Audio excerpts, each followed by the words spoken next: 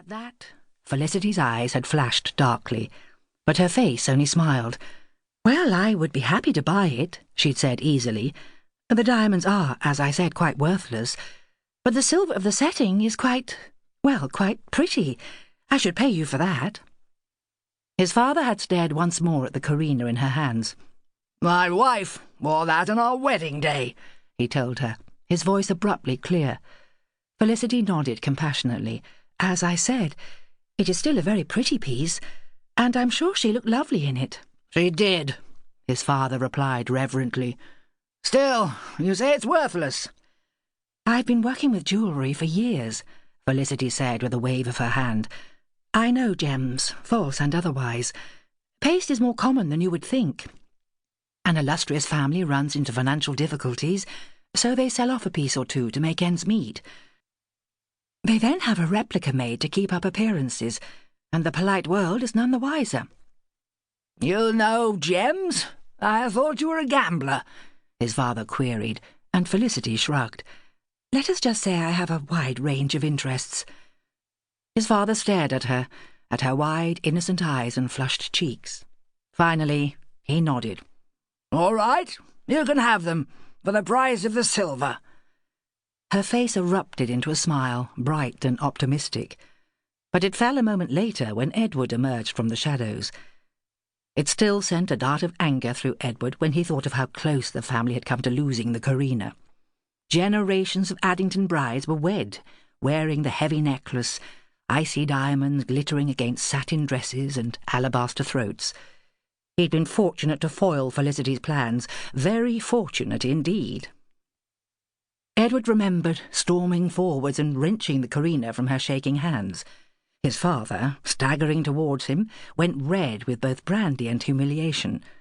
The old Earl, his notorious temper awakened, raged at his only son. "They're mine to sell, you brute!" he cried. "At whatever price I choose. I'm still the Earl of Addington, damn you! And until I'm good and dead, you'll keep out of my affairs."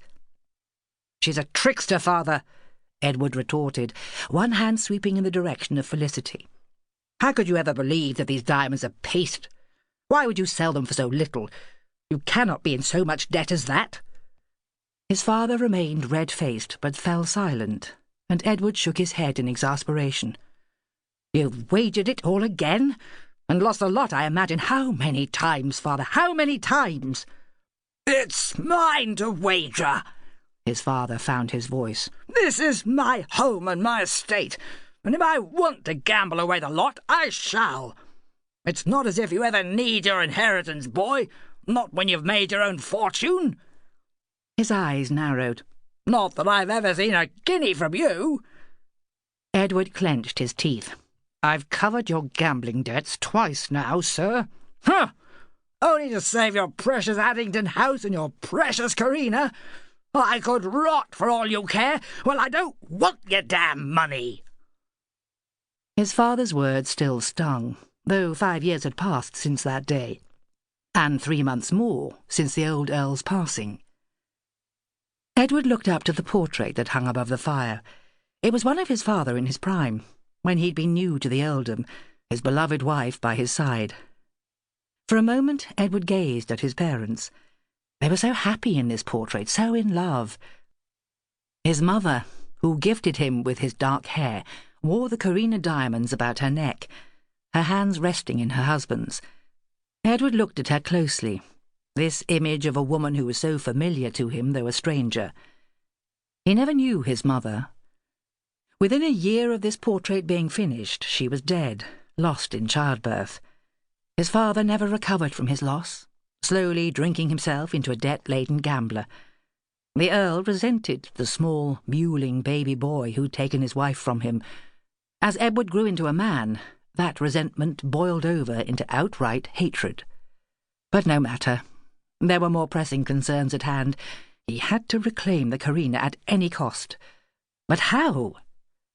Edward clenched his hands in frustration. For he, a gentleman in the truest sense of the word, was no gambler. Of course he played the odd game of cards from time to time, but he was no fool. He knew his skills in the gaming room were sorely lacking. Not that he...